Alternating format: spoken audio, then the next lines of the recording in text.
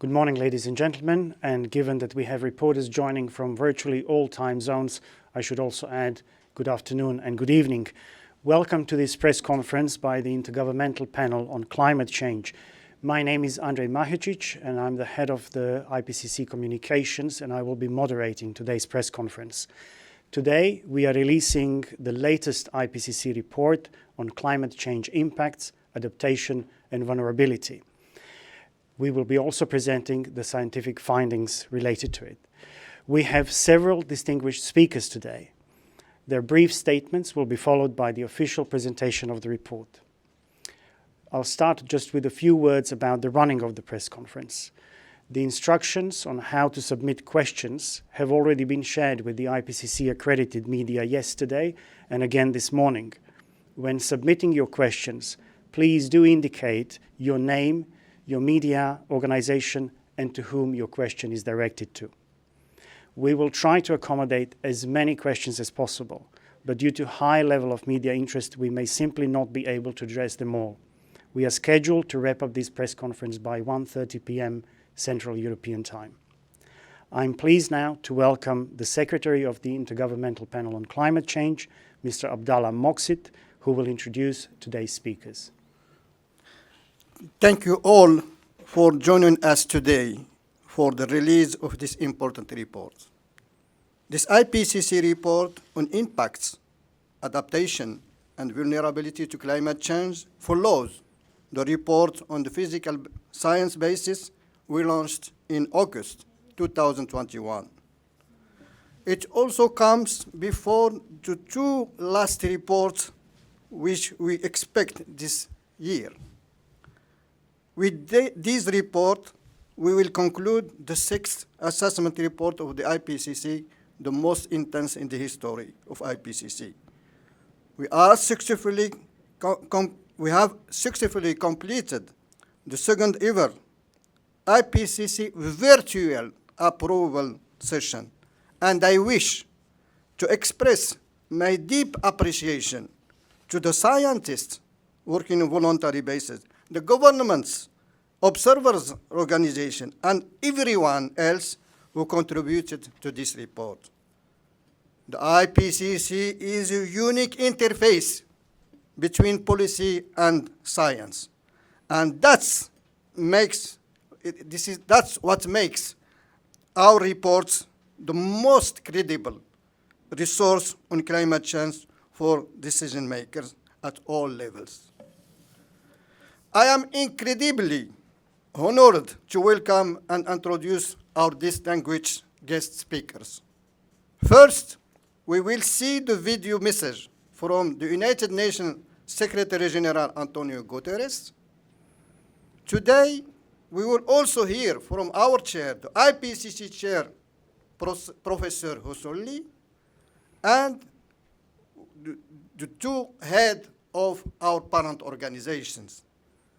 The World Meteorological Organization Secretary General Professor Petri Talas, and the United Environment Programme Executive Director Dr. Ingrid Anderson.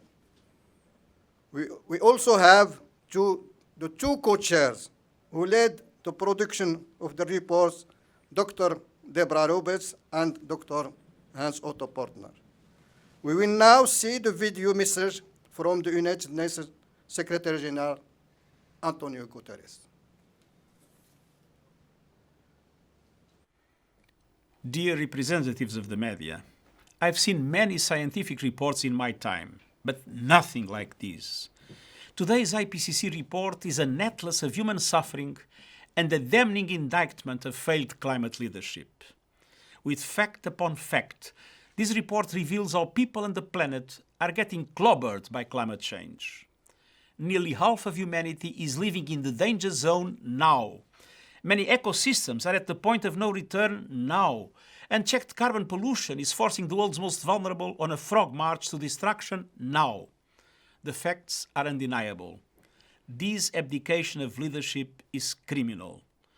The world's biggest polluters are guilty of arson on our only home. It is essentially to meet the goal of limiting global temperature rise to 1.5 degrees. And science tells us that will require the world to cut emissions by 45% by 2030 and achieve net zero emissions of greenhouse gases by 2050. But according to current commitments, global emissions are set to increase almost 14% over the current decade. That spells catastrophe. It will destroy any chance of keeping 1.5 alive. Today's report underscores two core truths. First, coal and other fossil fuels are choking humanity. All G20 governments have agreed to stop funding coal abroad. They must now urgently do the same at home and dismantle their coal fleets. Those in the private sector still financing coal must be held to account. Oil and gas giants and their underwriters are also on notice. You cannot claim to be green while your plans and projects undermine the 2050 net zero target and ignore the major emission cuts that must occur this decade. People see through the smokescreen. OECD countries must phase out coal by 2030 and all others by 2040. The present global energy mix is broken. As current events make all too clear, our continued reliance on fossil fuels makes the global economy and energy security vulnerable to geopolitical shocks and crises. Instead of slowing down the decarbonization of the global economy, now is the time to accelerate the energy transition to a renewable energy future. Fossil fuels are a dead end for our planet, for humanity, and yes, for economies. A prompt, well-managed transition to renewables is the only pathway to energy security, universal access, and the green jobs our world needs. I'm calling for developed countries, multilateral development banks, private financiers, and others to form coalitions to help major emerging economies end the use of coal. These targeted mechanisms of support would be over and above existing sustainable development needs. The second core finding from this report is slightly better news. Investments in adaptation work. Adaptation saves lives. As climate impacts worsen, and they will, scaling up investments will be essential for survival. Adaptation and mitigation must be pursued with equal force and urgency. That is why I've been pushing to get the 50% of all climate finance for adaptation. The Glasgow commitment on adaptation funding is not enough to meet the challenges faced by nations on the front lines of the climate crisis. I'm also pressing to remove the obstacles that prevent small island states and least developed countries from getting the finance they desperately need to save lives and livelihoods. We need new eligibility systems to deal with this new reality. Delay means death. I take inspiration from all those on the front lines of the climate battle fighting back with solutions. All development banks, multilateral, regional, national, know what needs to be done. Work with governments to design pipelines of bankable adaptation projects and help them find the funding, public and private. And every country must honor the Glasgow Pledge to strengthen national climate plans every year until they are aligned with 1.5 degrees Celsius. The G20 must lead the way, or humanity will pay an even more tragic price. I know people everywhere are anxious and angry. I am too. Now is the time to turn rage into action. Every fraction of a degree matters. Every voice can make a difference, and every second counts. Thank you.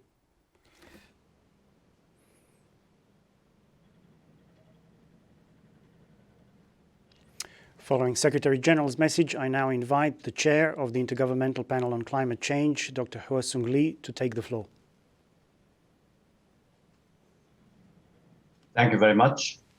Distinguished representatives of the media, WMO Secretary General Petteri, UNEP Executive Director Anderson. We have just heard a powerful message from the UN Secretary General Antonio Gutteres. The findings of the IPCC report we are releasing today are clear. The stakes for our planet have never been higher. Last August, the IPCC's Working Group 1 report showed unequivocally that human activities have warmed the climate at a rate not seen in at least the past 2,000 years. We are on course to reaching global warming of 1.5 degrees Celsius within the next 2 decades. and temperature will continue to rise unless the world takes much bolder action. The Working Group 2 report we are releasing today provides the latest understanding of what does this warming means for the people, ecosystems, and the planet. The report is a dire warning about the consequences of inaction. It shows that climate change is a grave and mounting threat to our well-being and a healthy planet. It also shows that our action today will shape how people are able to adapt to climate change and how nature responds to increasing climate risks. Severe climate change impacts are already happening. Vulnerable people, those marginalized socially and economically, are the most exposed to climate change impacts and have the least resources to adapt. Today, we also deepen our understanding of solutions to climate change and how adaptation can help us lower risks and reduce vulnerability. These solutions open new opportunities for innovation in our societies and economies. Our collective and individual adaptation can be an effective strategy, but there are limits to how much we and other species can adapt. Beyond certain temperatures, adaptation is no longer possible for some species. Our report is a blueprint for our future on this planet. It recognizes the interdependence of climate, ecosystems, and biodiversity and people. It integrates natural, ecological, social, and economic sciences more strongly than in earlier IPCC assessments. It provides new knowledge and information at regional levels and focuses on cities where the majority of people live and opportunities for adaptation and mitigation arise. Critically, this report highlights the importance of including and using diverse forms of knowledge, such as indigenous and local knowledge. But most importantly, it emphasizes the urgency of immediate and more ambitious action to address climate risks. Half measures are no longer an action. Thank you. Thank you, Chair, for these compelling remarks. I now invite the Secretary General of the World Meteorological Organization, Petteri Talas, to take the floor. Today we are releasing the second part of the IPCC Sixth Assessment Report. WMO is proud to be the co-hosting and founding organization of IPCC. The Physical Science Basis report was published in August. Today we are talking about already very visible impacts of climate change. The report says that climate change induced by us humans has caused widespread negative impacts to nature, people, beyond the natural climate variability. Altogether, 127 risks have been identified, covering very wide range of sectors like health, agriculture, economy, infrastructure, and ecosystems. Our atmosphere today is on steroids, doped with fossil fuels. This is already leading to stronger, longer, and more frequent extreme weather events. Climate change-induced disasters come with high human and economic impacts. More than 4 in 10 people in the world live in contexts highly vulnerable to climate change. Global hotspots are found in parts of Africa, Southern Asia, small island developing states, and Central and South America. In many of those countries, population growth, urbanization, and unsustainable development practices are boosting the exposure of people and ecosystems to climate change. But all countries are affected, as we have seen in Germany, United States, and Canada last year. It is essential to raise the ambition level of climate mitigation. that would also have a positive impact on air quality and is vital to tackle the looming water crisis and sea level rise. Climate mitigation offers also great business opportunities in many sectors like energy, transport, industry, and nutrition. Besides mitigation, it is more and more critical to pay attention to adaptation, since the negative trend in weather extremes will anyhow continue for the coming decades, and sea level rise for centuries due to the record high concentration of carbon dioxide. One of the powerful ways to adapt is to invest in early warning services. But the basic weather and climate observing networks have severe gaps in Africa and island states. Only half of the 193 members of WMO have proper weather, climate and hydrological services. This leads to higher human and economic losses. Thank you very much. Thank you, Secretary General Talas, for these important remarks. I now invite Ingrid Anderson, the Executive Director of UNEP, United Nations Environment Programme, to take the floor. Thank you so much. And to you, Professor Hoesung Lee, to you, Petri, my colleague, of course, to Abdallah Moqsid, Secretary of IPCC, and to the co-chairs, Dr. Debra Roberts and Dr. Hans Otto Portner, and to the amazing and formidable IPCC scientific community and friends, greetings from Nairobi. We are in the midst of United Nations Environment Assembly, which gathers here to look at environmental issues. And this report comes at a time of great turmoil, when we need strong multilateralism to promote peace and healthy environment. And the message this report sends is clear. Climate change isn't lurking around the corner waiting to pounce. It's already upon us, raining down blows on billions of people. We're seeing dangerous disruption across the natural world. Species are migrating in search of more livable conditions. In climate risk hotspots, deaths from floods, droughts, or storms were 15 times higher than those in more resilient countries over the last decade. This is climate injustice, particularly for indigenous people and local communities. And all of this and more at only 1.1 degrees Celsius of global warming. Even if we limit global warming to 1.5 degrees Celsius, the blows will come harder and faster. As things stand, we're heading to closer to 3 degrees Celsius. We are in an emergency heading for a disaster. We can't keep taking these hits and treating the wounds. Soon those wounds would be too deep, too catastrophic to heal. We need to soften and slow the blows by cutting greenhouse gas emissions, but we also need to cushion the blows by picking up our efforts to adapt to climate change, which have been too weak for too long.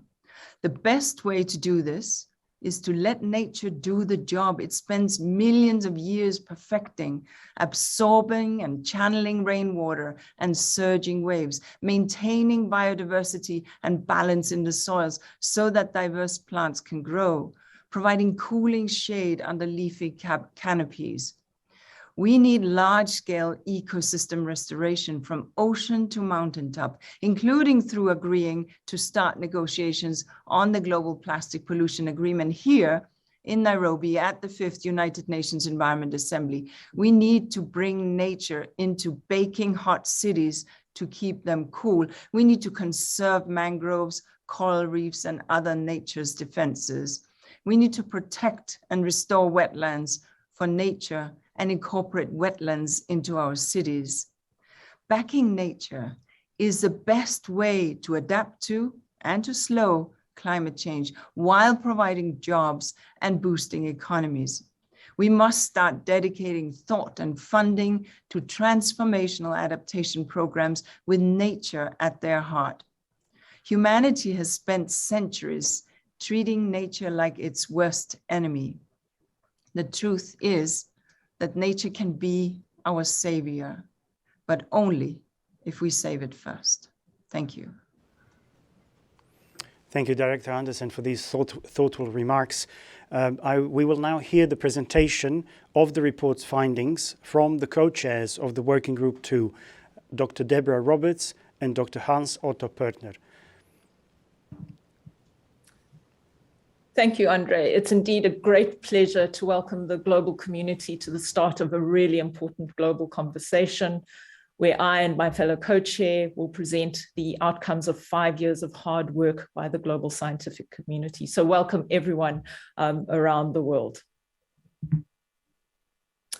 Firstly, thank you to everyone for joining us, and certainly as the co-chairs of Working Group 2, and on behalf of our authors, we are very proud to present this latest report from the Intergovernmental Panel on Climate Change, which focuses on climate change impacts, adaptation, and vulnerability. 270 authors from 67 countries have worked tirelessly to produce this report. Over the last 5 years, they have assessed 34,000 scientific papers to prepare their findings. During the review process, they considered each one of 62,418 comments from experts and governments, which have helped make the report as comprehensive and clear as possible. We would like to thank everyone who has contributed to this process. Let us now share some of the key findings which reflect our growing scientific knowledge and provide the best understanding yet of climate change impacts, risks, options to adapt, and the limits we face. Perhaps this statement best summarizes our findings. The scientific evidence is unequivocal. Climate change is a threat to human well-being and the health of the planet. Any further delay in concerted global action will miss the brief and rapidly closing window to secure a livable future. This report offers solutions to the world. And in the next 20 minutes, we will explore these with you. But let's start with the impacts.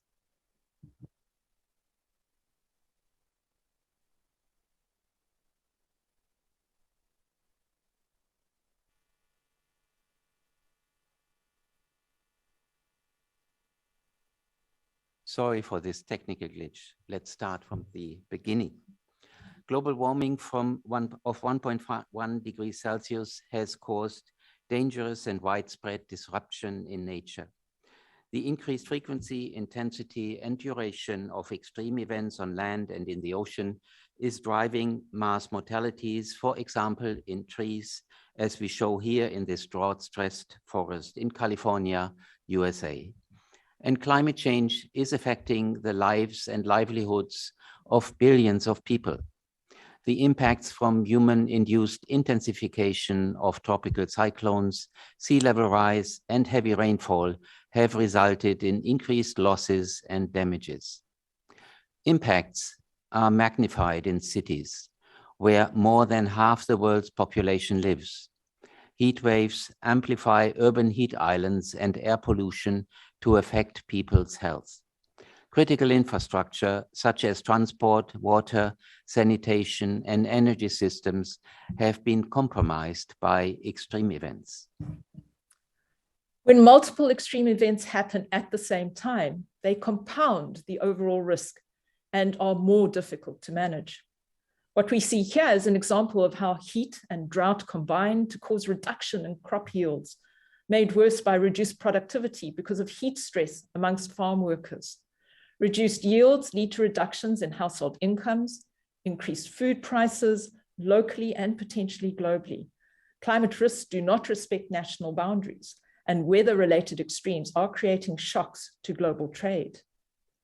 In the previous slide, we illustrated the powerful impacts of climate change on nature and people's lives. In this assessment, it is based on a new understanding of these interconnections. We can no longer think in silos, but have to look across climate, biodiversity, and human society and well-being if we want to tackle the many global challenges we face today. And talking of other challenges, climate change combines with unsustainable use of natural resources, habitat destruction, deforestation, and growing urbanization, as well as inequity and marginalization.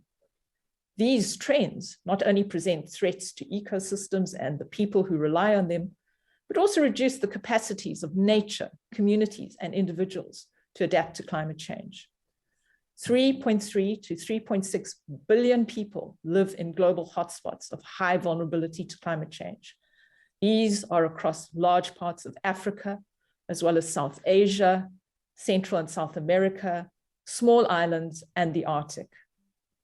In these global hotspots, overlapping challenges include limited access to water, sanitation, and health services, high levels of climate-sensitive livelihoods, such as smallholder farmers and fishing communities, all increase vulnerability, high levels of poverty, weak leadership, lack of funding, lack of accountability, and trust in government also play a part. Looking to the future, every small increase in warming will result in increased risks to nature and to people in every region of the world. Here we see a bleached coral colony on a dying reef off Okinawa, Japan. Let's consider some of these projected impacts on nature. This map gives an overview of biodiversity loss at different warming levels. We would see species extinctions and losses of entire ecosystems, such as mountaintops, tropical coral reefs, and coastal wetlands, even if we temporarily exceed 1.5 degrees warming for several decades. The risk of extinction in biodiversity hotspots increases by about tenfold as warming rises from 1.5 to 3 degrees Celsius. Nature services support all aspects of our lives, from pollination and tourism to health and climate regulation. Loss of ecosystems and their services has cascading and long-term impacts on people globally, especially for indigenous peoples and local communities who directly depend on them. Globally, population exposure due to heat waves will continue to increase with additional warming. At approximately 2 degrees Celsius, regions that are highly dependent on snowmelt could experience a 20% decline in water availability for agriculture beyond 2050. And we know that climate change will undermine food security. At 2 degrees warming, by 2050, people in sub-Saharan Africa, South Asia, Central and South America, and on small islands are likely to experience food shortages, leading to malnutrition. About 1 billion people living in low-lying cities and other settlements on the coast are projected to be at risk from sea level rise and other climate hazards by mid-century. We provide a global perspective here, but this report also has an extensive regional focus. We have outlined the challenges we face and how they will increase at higher warming levels. The key question now is, how well are we adapting to changing climate? What we show is that action has increased, but progress is uneven, and we are not adapting fast enough. Growing public and political awareness of climate impacts and risks has resulted in at least 170 countries and many cities, including adaptation in their climate policies and planning. However, there are increasing gaps between adaptation action taken and what's needed. These gaps are largest among lower income populations. At the current rate of planning and implementation, these adaptation gaps will continue to grow. Let's now turn our attention to how we adapt. And in this report, we show that there are feasible, effective options we can take to reduce the risk to people and nature, but their effectiveness decreases with increasing warming. When we think of adaptation, our first thoughts must be around reducing flood risk or preventing water shortages. But what we show is that the strengthening of health systems can reduce the impacts of infectious diseases, heat stress, and other climate-related risks, as well as the trauma associated with extreme events. This is particularly effective if it's combined with other measures, such as disease surveillance, early warning systems, and improving access to potable water. Nature offers significant untapped potential, not only to reduce climate risks and deal with the causes of climate change, but also to improve people's lives and livelihoods. Agroforestry is a climate resilient way of growing food and creating wildlife habitat. Here we see a Nigerian rubber farmer diversifying his business with food crops, fruit trees, and bees. Conservation, protection, and restoration can help natural forests to adapt. Planting a range of tree species, managing pests and diseases, and reducing wildfire risks can help build climate resilience in managed forests. In agriculture, irrigation can be effective, but it can also result in adverse outcomes, such as accelerated depletion of groundwater. This and other adaptation measures provide economic and ecological benefits, as well as reducing vulnerability. In urban areas and elsewhere, effective urban management can secure drinking water. Most action to date has occurred around water-related hazards, such as reducing the risks from floods and droughts. Letting nature take its course, such as restoring wetlands and rivers and creating no-build zones, can reduce flood risks. The effectiveness of most water-related adaptation declines with increasing warming. Food security can be enhanced by making the food system more resilient. For example, through adopting stress-tolerant crops and livestock, agroforestry, and diversification on farms. Community-based adaptation that is locally driven, that respects local and indigenous knowledge systems, and is adequately resourced can also be effective. Strengthening biodiversity can improve pest control, pollination, carbon storage, and it can provide shade for temperature-sensitive crops such as coffee and cacao. This all brings a range of other benefits for nutrition, health and well-being, and livelihoods. By 2050, urban areas could be home to 2/3 of the world's population. Cities also offer opportunities to transform. Using nature and engineering approaches together is important. To manage flood risk, for example, it might be important to install floodproofing on buildings, improve drainage along roads, and create space for water within the city, at the same time as constructing flood defenses. Establishing or restoring green and blue spaces, parks, green corridors, ponds, and wetlands, as well as urban agriculture, can all be woven into the built environment. Social safety nets for disaster management can help people overcome the impacts of climate change and can provide financial security. Additional benefits include public health improvements, especially from reducing heat stress and ecosystem conservation. In informal settlements, we show how local knowledge, adequate funding, skills and tools, as well as policymakers and residents working together can deliver adaptation at a city scale. Accountability, transparency, and commitment from government is also most important. Here we see community sanitation facilities being built and water tanks being installed in informal settlements in India. We have evidence of maladaptation, adaptation that results in unintended consequences. For example, increased climate-related risks or increased greenhouse gas emissions. In this photograph on the left are sea defenses that may not be strong enough to protect the people living behind them. People can be lulled into a false sense of security. Compare this to an example from Delaware in the USA of how it's possible to use nature to provide flood protection. Indigenous peoples, ethnic minorities, and disadvantaged groups, for example, low-income households and those living in informal settlements, are some of the most affected by maladaptation. This reinforces and entrenches existing inequalities. We know that there are adaptation limits. Adaptation cannot prevent all losses and damages. And even with effective adaptation, limits will be reached with higher levels of warming. Some natural solutions will no longer work above 1.5 degrees Celsius warming.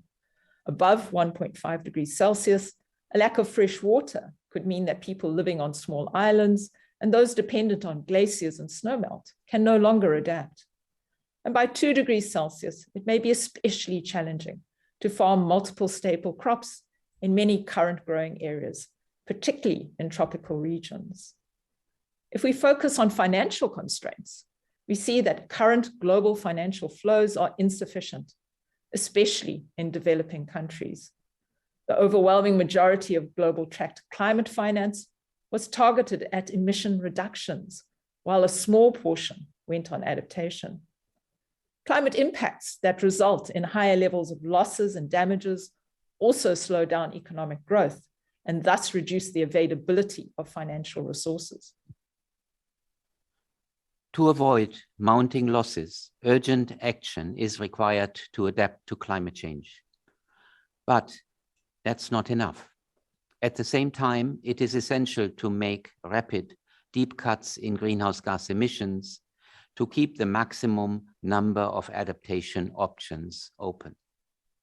So how do we accelerate and sustain adaptation? Political commitment and follow through across all levels of government is key. Greater adaptation is present where national climate laws and policies require adaptation action from lower levels of government and include guidelines on how to do this. Another area worth focusing on is institutional frameworks with clear goals and priorities that define responsibilities. These frameworks can impose duties upon governments to implement adaptation actions, for example, around conservation, sustainable use of beaches, urban development, and targeting diseases exacerbated by climate change. Enhancing knowledge of impacts, risks, and available adaptation options encourages actions from society and policymakers. Educational and information programs and the arts can play a part. Monitoring and evaluation is important to track progress because in a warming world, measures that are effective now might not work in 20 years. Adaptation strategies might have to be revised constantly. Revisions should be fact and data driven. And finally, inclusive governance that prioritizes equity and justice is also important. Citizens, civil society organizations should participate directly in planning and decision-making. It's important to highlight that adaptation measures offer wider benefits.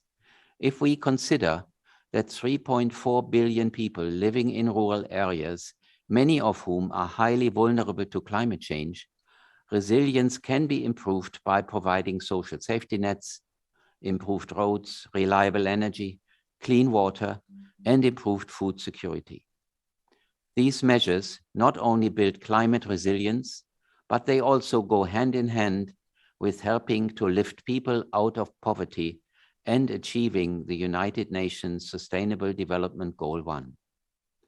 These other simple examples demonstrate how different goals may be achieved in a variety of circumstances. In this report, we have looked at these synergies in some depth. And this is how we illustrate the multiple benefits of adaptation options. If you look at this figure, you see forest-based adaptation. It shows that it is a feasible adaptation option that will also help absorb and store carbon. So it has mitigation potential, and it helps achieve multiple sustainable development goals marked here with a plus. Likewise, if we look at options in our cities, we see that green infrastructure, green roofs, parks, and street trees play a part in helping us adapt. By providing shade and water management, they also absorb and store carbon. Again, they help with multiple UN goals. What we see here is the foundation for a solutions framework that is an important new concept in this report. Let's explore this now.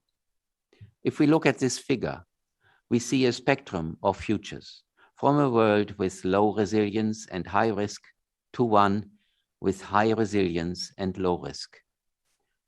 This high resilience, low risk future and world has reduced climate risks through adaptation, reduced greenhouse gas emissions through mitigation, and enhanced biodiversity. These measures together support sustainable development, for example, no poverty, zero hunger, good health and well-being, and access to clean water and sanitation. This concept is climate resilient development. Climate resilient development has to be considered across government and all of civil society. It should involve everyone, round the table, governments, citizens, communities, educational institutions, the media, investors, and businesses forming partnerships. Scientific, indigenous, and local knowledge and practical know-how come together to provide more relevant, effective options. Ecosystem stewardship is key. A healthy planet is fundamental to climate resilient development. Effective and equitable conservation of approximately 30 to 50% of land, freshwater systems, and oceans can help ensure a healthy planet. Involving traditionally marginalized groups, including women, young people, indigenous peoples, local communities, and ethnic minorities, improves the prospects for effective action. It is critical to prioritize equity and justice in decision-making and investment. Different interests, values, and worldviews can be reconciled if everyone works together. Scaled up investment and international cooperation are also important. Starting today, every action, every choice, and every decision matters, because each of them can take us away from or towards a climate resilient, sustainable world. Worldwide action to achieve climate resilient and sustainable development is more urgent than previously assessed. Climate resilient development is already challenging at current global warming levels. The prospects will be further limited if global warming exceeds 1.5 degrees Celsius, and may not be possible in some regions, including small islands, deserts, mountains, and polar regions if warming exceeds 2 degrees Celsius. The science is clear. Any further delay in concerted global action will miss a brief and rapidly closing window to secure a livable future. This report offers solutions to the world.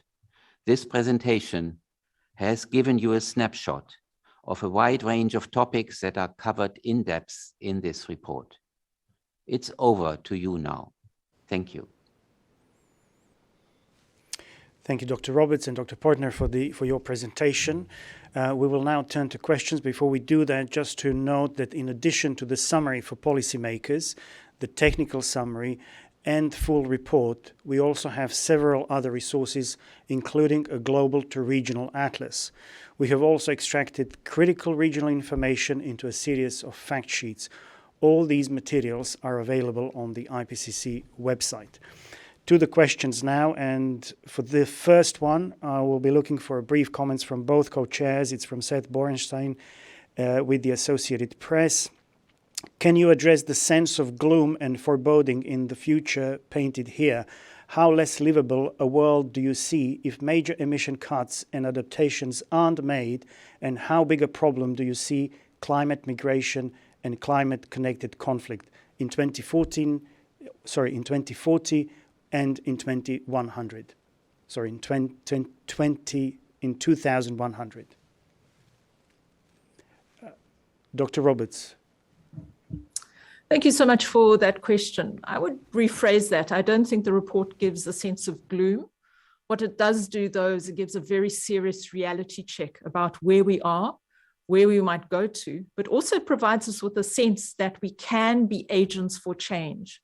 If we look at the challenges that we're currently facing, a lot of those can be addressed by creating a more equitable and sustainable world, by developing a new social compact with the planet that we live on, and by focusing our attention where we get most bang for the buck, protecting nature, as has been previously mentioned, but also using the opportunity to change the places where the majority of people live in our cities. So I think that's the important message to take forward: a difficult reality, but action is possible, and we need to do it now. Dr. Portner? Your microphone. Adding to this, thank you. Adding to this is an important aspect, that the choice should not be gloom and doom. The options are clear and the choices are clear. So the world has a limited time window available to move on the right track. And this understanding needs to evolve among policymakers and among society. And I think what this indicates, that we see currently an inertia in implementation, and that we currently see a large implementation gap, is that this comes together with an education gap and an information gap. So the collaboration of science and the media is important. But what is also important is to improve the understanding of these basic rules of how life best functions on our planet. And what is also important, that there are natural laws that we should not break and that should not be broken in similar ways as we do not cross red traffic lights in our cities. So this is, I think, a point of orientation, and our report provides that orientation. By following these options, it gives us hope that a sustainable and climate resilient world can be achieved. Thank you very much. The next question is for Dr. Roberts. The report paints a grim prospect for Africa and small islands, developing states. Are there alternative solutions for short and long term to alter direction from grim opportunities? Thank you so much for that question. Indeed, as I said before, the report is a real reality check, and it's particularly a reality check for the developing areas of the globe. Africa is called out, the small island states, Asia, Central and South America. But there are also the prospects for dynamic change in those areas. If we see, for example, a change in financial flows around the world and investment in sustainable development in these areas, if we take bold action in terms of emission reduction, then much can be done to reduce the exposure and vulnerability of areas such as the small island states. Africa, particularly where I come from, has an enormous opportunity in terms of its very rich natural heritage to take that and use that as an increased adaptive capacity to deal with climate change, both its impacts, but also the impacts that it has across our economies, across our development options.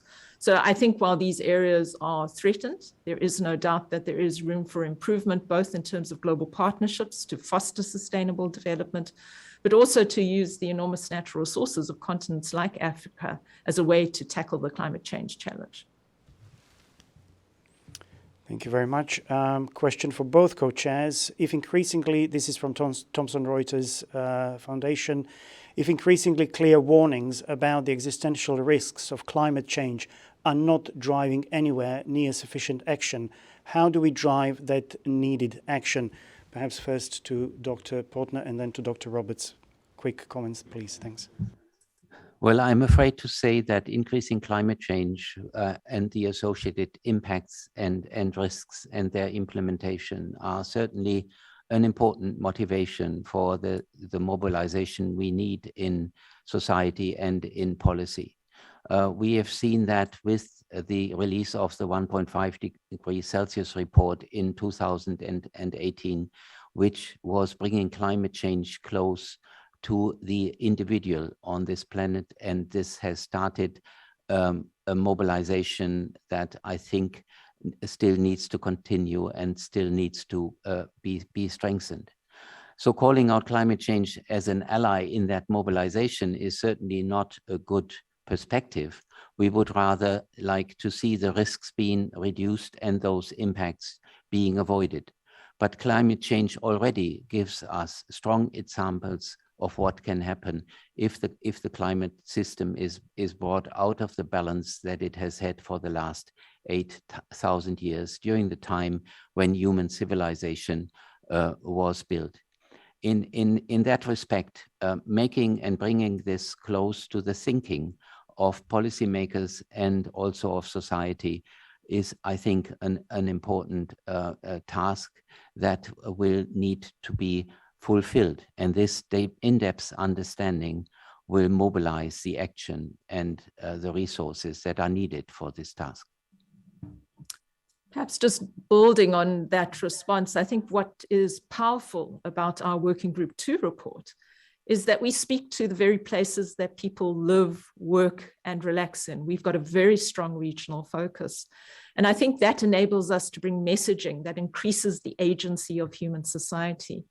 You will see that in this report, particularly, we've got a very strong focus on the issue of human settlements, urban areas, rural settlements, and particularly in cities where the majority of people live. We speak directly to the challenges that cities are facing now, the impacts on infrastructure, the increase in the heat island effect, and the challenges that all of those pose to human health and economic development. But we also lay out the solutions that may be available to urban areas around the world to tackle those challenges.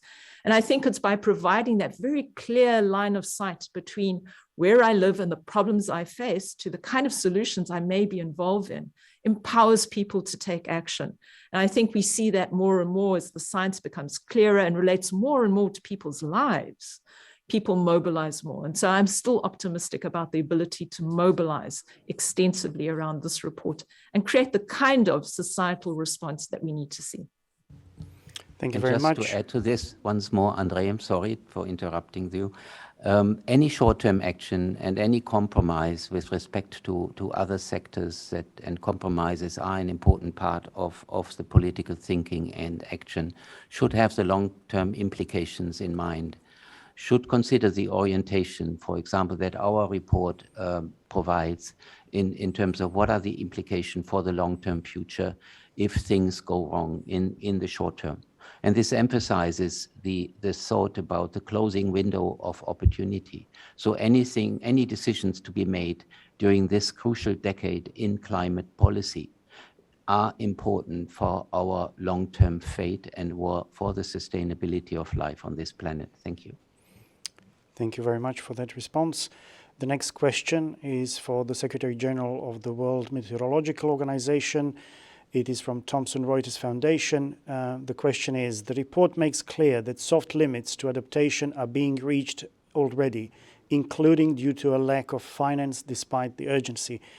Can this report finally shift the needle in terms of spurring more adaptation finance to the vulnerable, and if so, how? Thank you for that question. It's clear that we have to invest more in adaptation besides mitigation. Mitigation is, of course, essential, and we have to stop this negative trend in climate, and that's very urgent, as also this report echoes. But besides that, we have to start investing in adaptation, because the negative trend in climate will continue until 2060s, independent of our success in climate mitigation.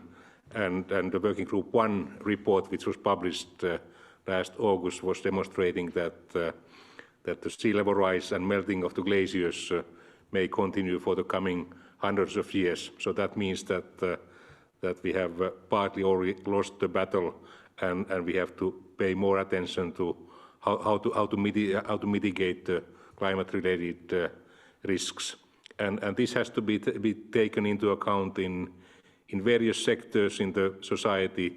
It's going to affect food security, it's going to affect infrastructures, it's going to affect health, and it's going to hit also economies very hard. It was already demonstrated by the so-called Stern report 15 years ago that it's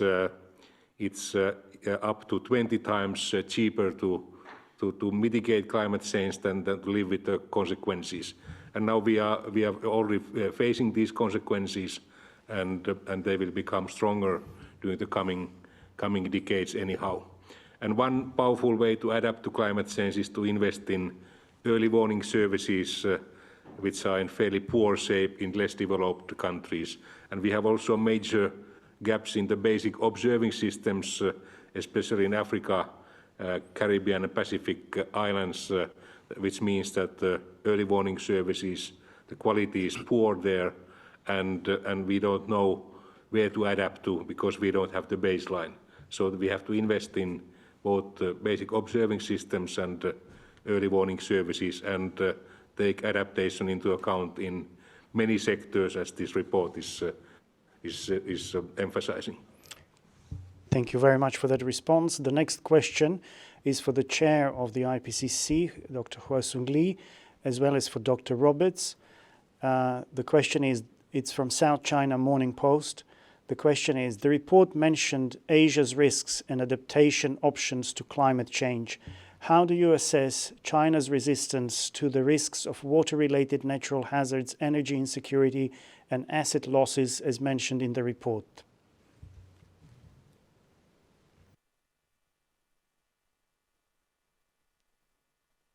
IPCC is an intergovernmental panel on climate change issues, and we are not in the position of commenting on specifically our member governments' policies and programs. And if Debra, Dr. Roberts wish to add, please go ahead. Yes, thank you very much for that question. If we look at the information we provide on the area of Asia generally, we can see that we've already got millions of people in places like Asia, which are subject to acute food and water challenges in the present. So this is not a forward-looking issue. We have millions of people already affected by acute food and water shortages now in places like Asia.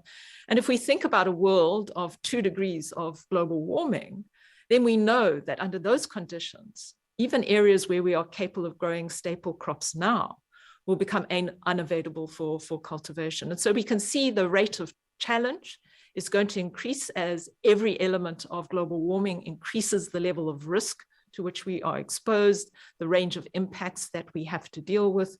And so Asia, like many parts of the world, will have to deal with severe and current food and water crises going forward. And that's the importance of adaptation. We need to think about new ways of dealing with these problems. And our report talks to those solutions, new ways of cultivation, new crop types, thinking about how we conserve our water resources. And we know particularly Asia is critical because they have the water towers of the world in the mountains. And so thinking about those mountain ecosystems and the conservation of those ecosystems is important.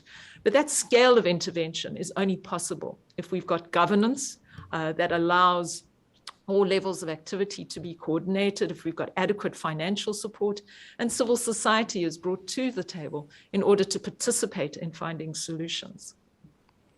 Thank you very much for that. The next question, again, quick responses from both co-chairs. The Group 1 report said that we are going to reach, the question is from ARA newspapers in Barcelona. The Group 1 report said that we are going to reach 1.5 degrees Celsius no matter what before 2040. And in the better case scenario, we may reduce it after that. Then your predictions about extinction of species when we reach 1.5 degrees Celsius will be reached before 2040 for sure. What are the scenarios after that? Dr. Portner first and perhaps then Dr. Roberts. Yeah, thank you very much for that question. Certainly we have considered overshoot scenarios in our report and have also considered their time duration, and they would last several decades until end of century before the temperature would be falling again. And during that time span, we expect the same level of impact as if we would have a stabilized level of increased warming at higher temperatures. It is fully in line with the statement that every bit of warming matters. So moving towards overshoot scenarios is not a safe haven that this strategy might promise. It will also lead to irreversible consequences. The melting of polar ice sheets will be increased, sea level rise will be increased, the loss of habitat and species with the potential for local extinction patterns will also increase. And there is an increasing risk associated with those higher temperatures of species losses entirely, as we have projected in the report, that this increase is occurring in terms of the percent of species increasing with increasing degrees of warming. This excludes going for overshoot as a valid strategy in climate mitigation. I think an important addition to that, and really the core DNA of the story we tell in the Working Group 2 report, is how closely human and natural systems are interconnected. And as Hans has pointed out, we have systems such as mountaintops, coral reefs, and others, coastal wetlands, which will be challenged in a scenario of overshoot. And this is critical because we're not only talking about the loss of ecosystems, we're talking about the loss of ecosystems that are absolutely critical to underpinning the livelihoods, often of the most vulnerable in the world. And so this really raises the profile of the adaptation agenda, because we need to think about not only how we adapt to those changes in ecosystems. Are there things we can do by increasing conservation areas, management, looking for a future, but what do we do with the human societies that are impacted by these changes? And again, this talks to the need to tie in our climate change response to a strong development response, so that vulnerable communities have social safety nets. We put in place basic infrastructure. We think about realignment of financial resources. And so our report really speaks to this complex interrelationships of problems that we all need to get around the table to solve. Thank you very much. Dr. Roberts, the next question is for you also. You mentioned cities being key sites for positive climate action. What are some of the most effective systems and strategies you have seen work practically on a citywide level, and what enhances their efficacy? There's no doubt that cities offer us an important global-scaled but time-limited opportunity to act to increase our adaptive capacity. The majority of us already live in urban areas and cities, and certainly by the middle of the century, 2/3 of us will be living in urban areas. The opportunities in urban areas are multiple around planning and design of infrastructure, bringing nature back into the city. So often we've thought about nature as something that occurs outside city borders, but our report points out very clearly that if we bring nature back into the city, protect our floodplains, have trees along our streets, we can do a great deal to increase our adaptive capacity to deal with the impacts of floods, heat stress, improve health. And so there's a real advantage in reconceptualizing our cities, not only as a place of people, but a place of nature. We also need to know, though, that amongst our cities, there's a subset, the coastal cities, and we know that we will have about 1 billion people living in low-lying coastal areas by the middle of the century that are particularly at risk. And they're particularly at risk because of the impacts of sea level rise, salination, flooding, heavy rainfall. And those are areas we would probably need to act on initially, because they are areas of high economic activity, connectivity to inland areas, and because of the range of risks they're exposed to. And in those areas, we would need to think, for example, about coastal defenses, moving away from hard sea walls to more productive coastal ecosystems, early warning systems to enable people to know when risks are emerging and to make suitable plans, to factor in that we need good governance, and that if one wants decent responses to the challenges that many of these areas would face, we have to have everyone around the table agreeing on the plans, and this includes the most vulnerable.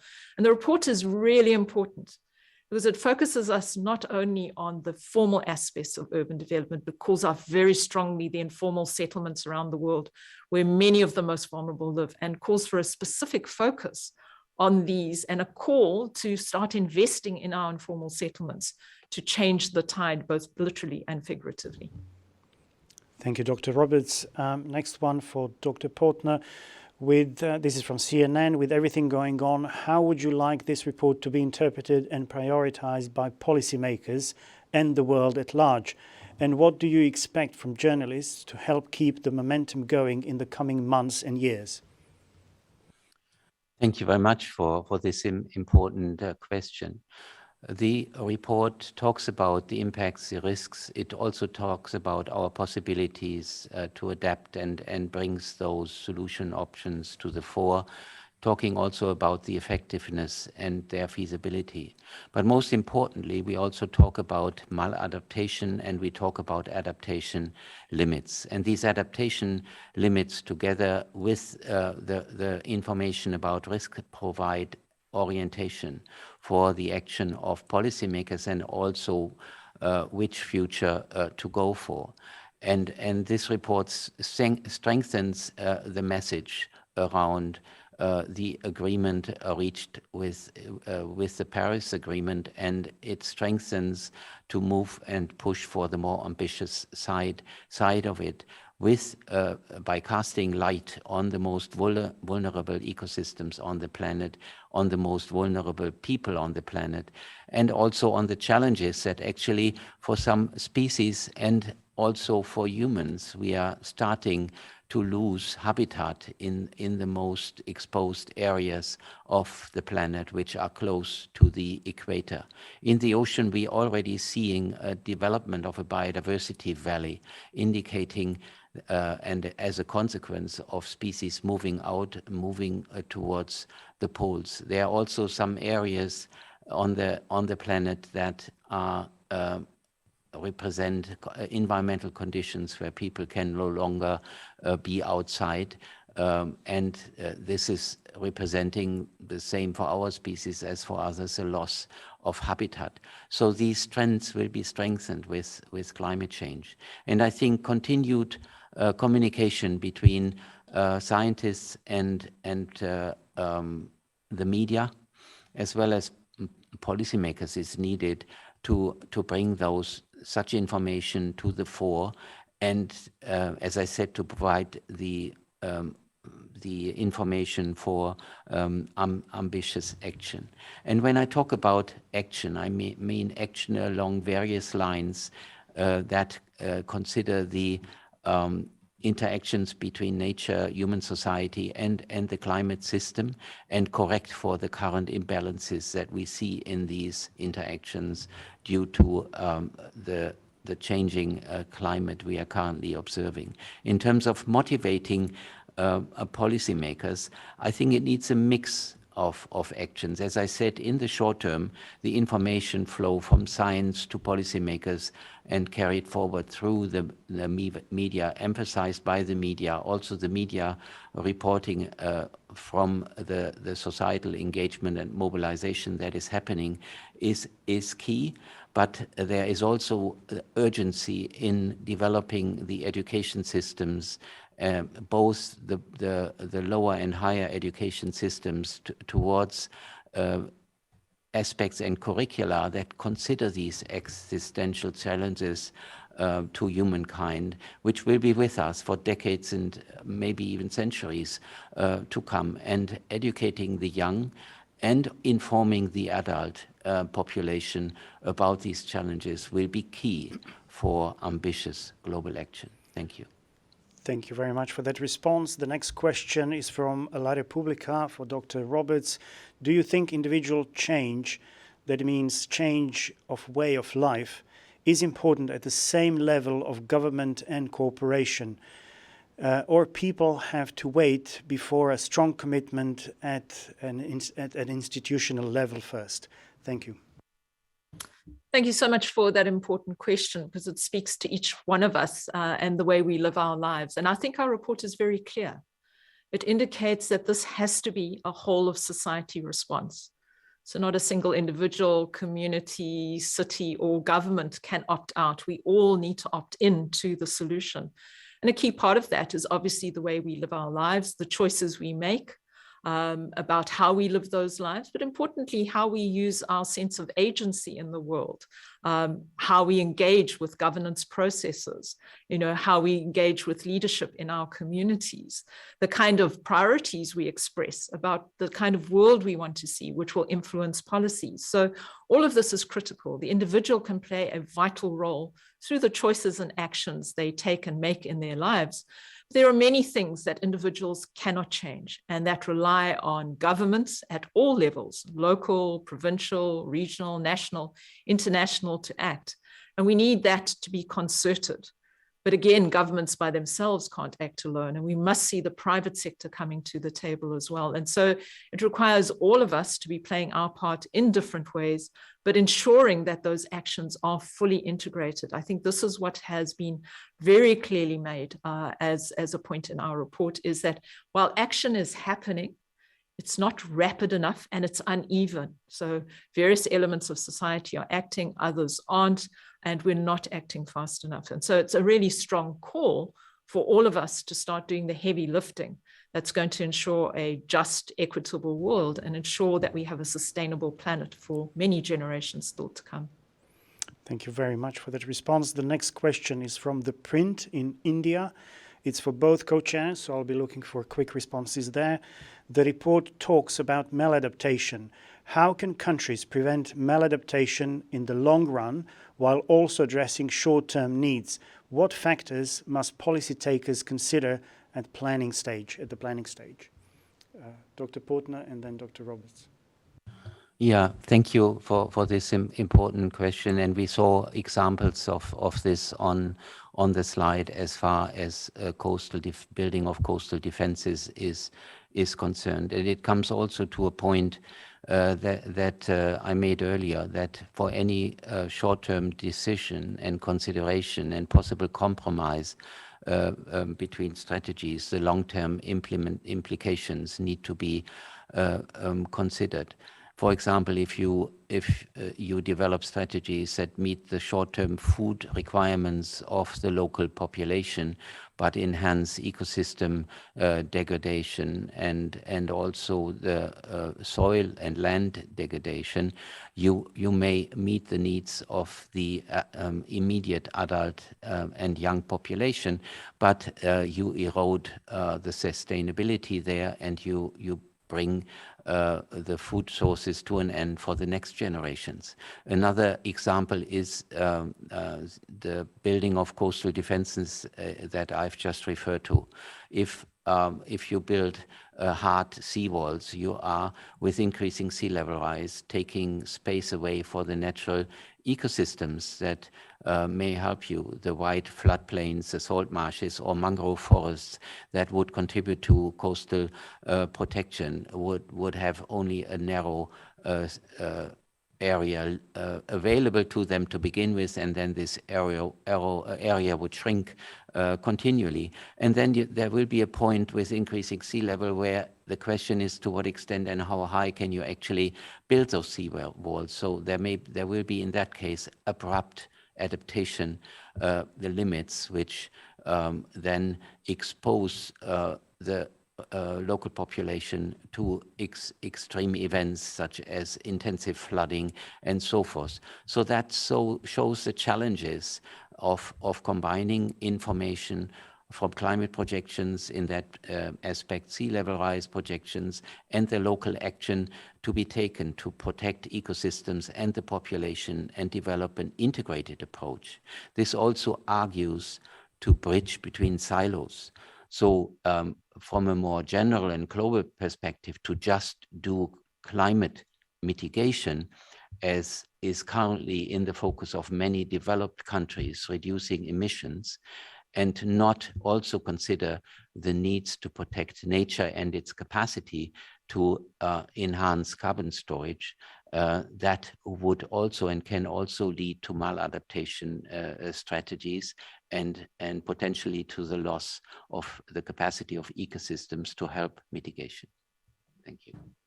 I think a very important point to add to what Hans has just said is, I think the overall global message that's coming out of the IPCC in this assessment cycle is that the world we live in today is not going to be the world we live in 5 years, 10 years, or even 20 years from now. And therefore, we have to be much more vigilant about our actions.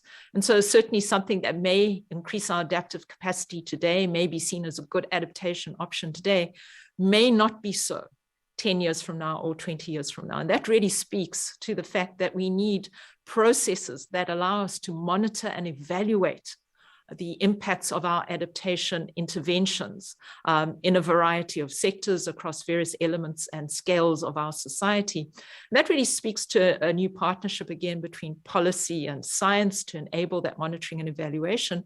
But probably most importantly, again, speaks to a new social compact that sees the most vulnerable groups being drawn to the table, because our report very clearly indicates that the groups most impacted by maladaptation are the vulnerable societies around the world, the vulnerable communities, those who live in informal settlements, those who live in vulnerable areas. And it's really critical if we are to monitor and evaluate, not only to take a scientific perspective on the impacts of our interventions, but also to hear from the grassroots, from the people who are experiencing the impacts of these interventions, to determine whether they're having the effect that is desired, or in fact, if they are becoming maladaptation. So again, it speaks to the fact that we can't have a linear approach to these problems. We need to be talking to everyone, to have them around the table, and to be using all of our strengths to take the world forward. Thank you very much. We have about 15 minutes left. So next question again for Dr. Roberts.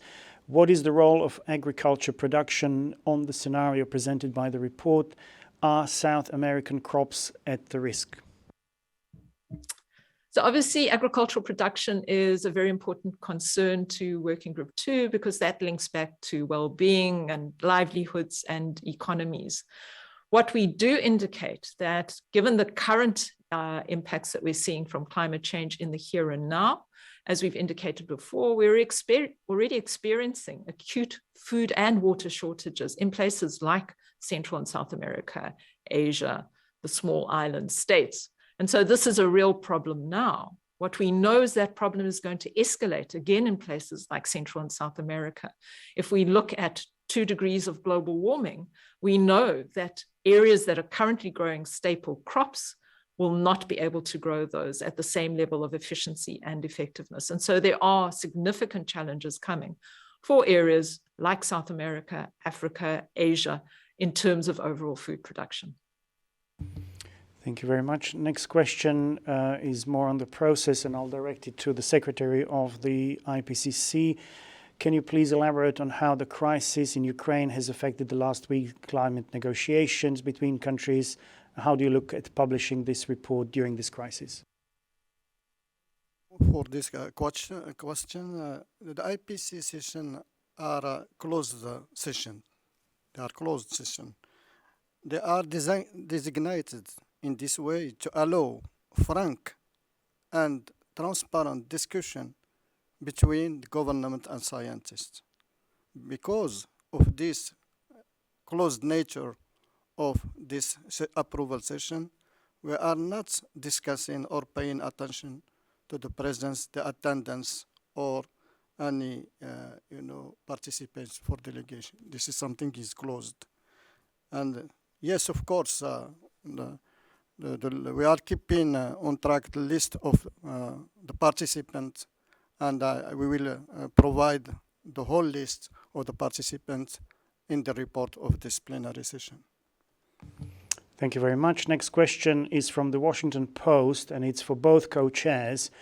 You have spoken about the numerous mitigation and technology options that are already available to society, and how political will is the major barrier to transformation. What does the Working Group 2 report tell us about how to build the political will that is necessary for change? Dr. Roberts and then Dr. Putner. Thank you for that important question. And in fact, this is not a new message for the IPCC. That message was made very clear in the special report of 1.5 degrees Celsius, that in fact it's societal and political will, which is the major challenge in moving forward towards a more resilient and sustainable present and future for everyone around the world. What we look at in terms of Working Group 2 is how that support for change is built. So we speak to the need for institutions that are inclusive, that are well funded. We speak to the need for participation in decision making, so welcoming groups to the table, particularly the vulnerable, as I've indicated before. We speak to the need for various levels of government to interact with one another, to create the kind of environment that facilitates change. So, for example, national government creating the policy framework for local government to act, but also the appropriate flow of financial resources to enable that. But ultimately, political and societal will is determined by what each of us as individuals prioritize as important in our lives. So over and above the structural changes that are needed in terms of government cooperation, flow of finance, it's important that we ourselves educate ourselves about the challenges we face and make those priorities known more broadly in society and to our leadership, in order to encourage the political will that's necessary to take the bold and rapid action required in this decade.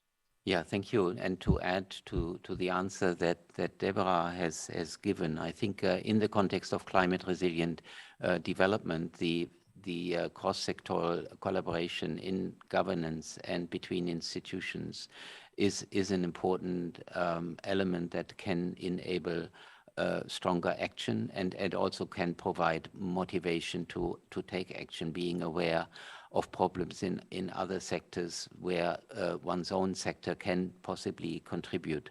And we have developed a picture in this report how such integration and cross-sector collaboration can happen. Also, the view of the international, not just of the local and vulnerable elements in one's own society could provide motivation, but also looking at the international situation where we clearly lay out that multinational and international collaboration is an essential element in making a progress in this climate arena. This also concerns a global move to, for example, remove subsidies from fossil fuels, and the current crisis could actually lead, and this is already entering the political discussion in my own country, could actually lead to the avoidance of dependencies on the suppliers of fossil fuels in situations of political instability, and supporting the establishment of renewables and enhancing their fraction in energy provision could increase the independence in that sense. So there are motivations that come from various sides, but the most important pillar certainly is and has been the mobilization of the young generation that we have seen somewhat surprisingly, but it was a very pleasant surprise after the release of the 1.5 report, where the taking up the crucial information on climate change and its future challenges by the young generation and their concern about the future is and has been a very strong lever for political shifts that we have seen in some countries, including my own. Thank you. Thank you very much for that. The next question is for the IPCC Chair, Dr. Lee and Dr. Portner. The results of the Working Group 2 analysis are not so surprising, since it is natural to believe that continued climate change brings more serious impacts on ecosystems and damages and losses. So what is, in your view, the real scientific value of the report and its impact on policies? Dr. Lee.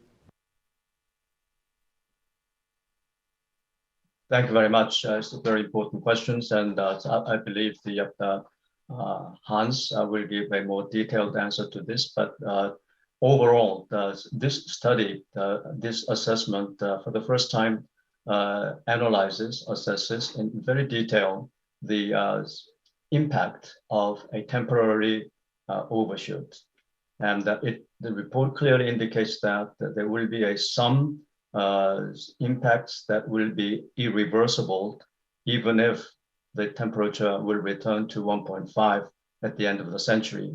And that is one of the major findings of this report, as well as this report as already mentioned, identifies 127 key risks, and then shows how those key risks change along the temperature gradients changes. And these are quite a new messages that this report can deliver compared to our last reports. Hans.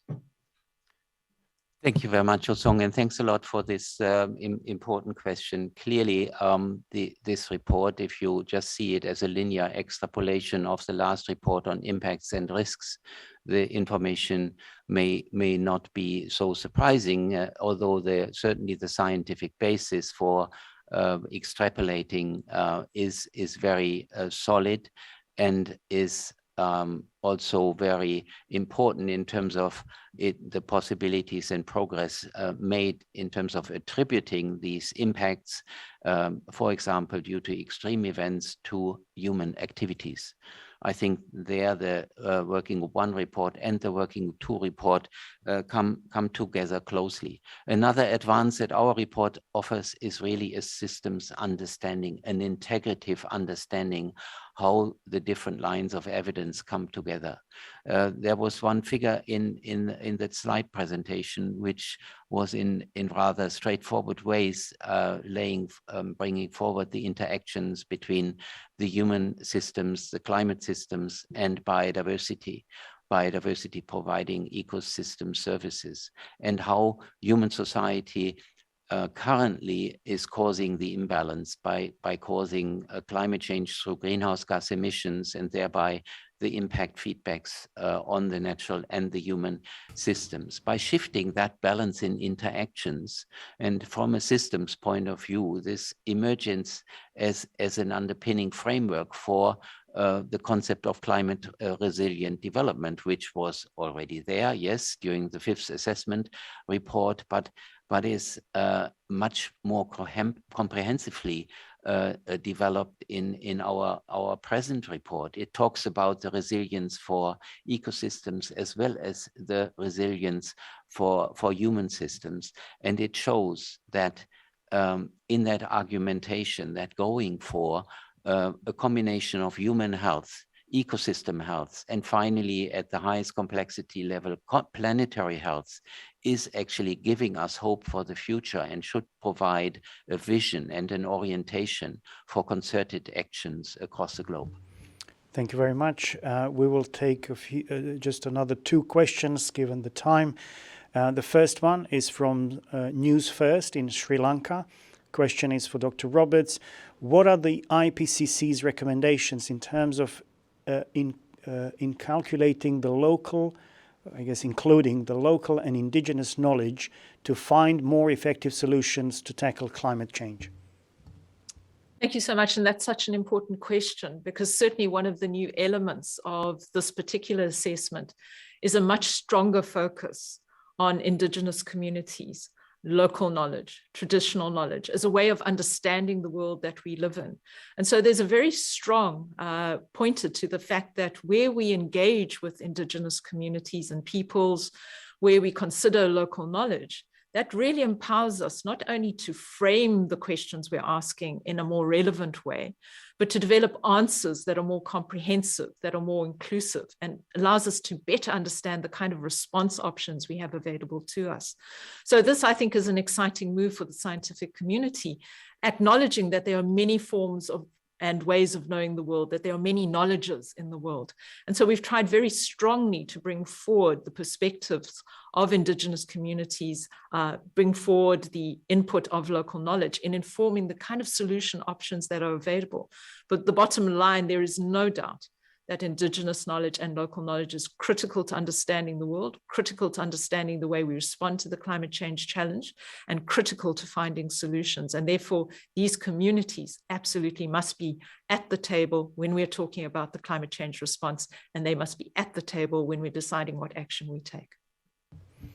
Thank you very much. And the last question is from the Financial Times for both co-chairs. So again, I'll be looking for short answers there. We are already at 1:30.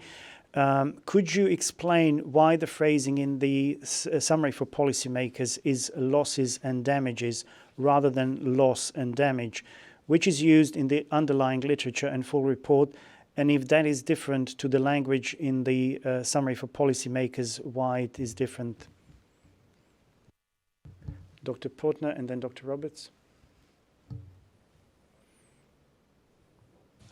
Thanks a lot for this important question.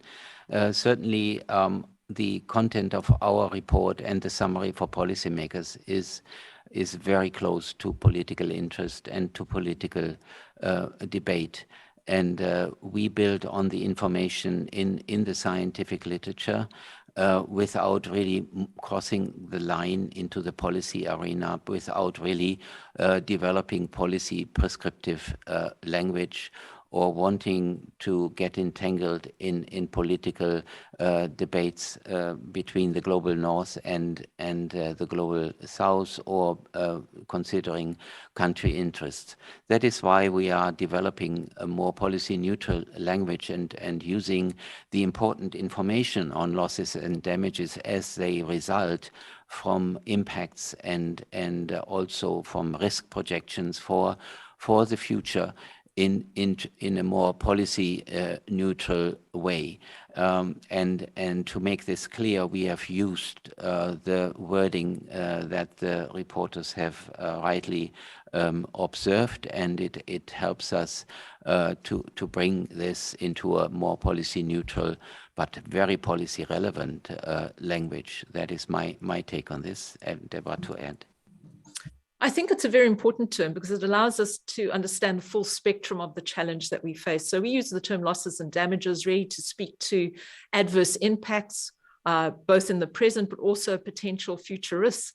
But it talks to a scenario where we can draw forward not only economic impacts, but non-economic impacts, so losses and damages. So it gives us a sense of there's adaptation, but there are potential scenarios, as we've indicated, where we may have maladaptation, where adaptation may not be effective, it may not be fast enough or at scale. And then we have to deal with the resultant losses and damages. But that phrasing, as I say, allows us not only to think about the loss of infrastructure, the loss of people's lives, but the non-economic losses that may come from loss of culture, loss of language, loss of livelihoods, losses of places where people live. So it allows us to adopt a more comprehensive view of the challenges that we have to face as society.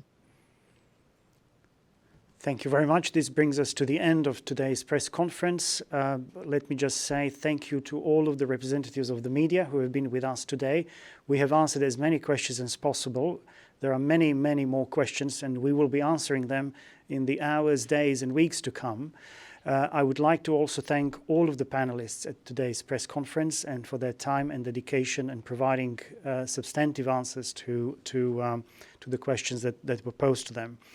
I would also like to stress to the representatives of the media that the Working Group 3 report, which is looking into the mitigation of the climate change, is scheduled to be released in early April. We will be communicating with you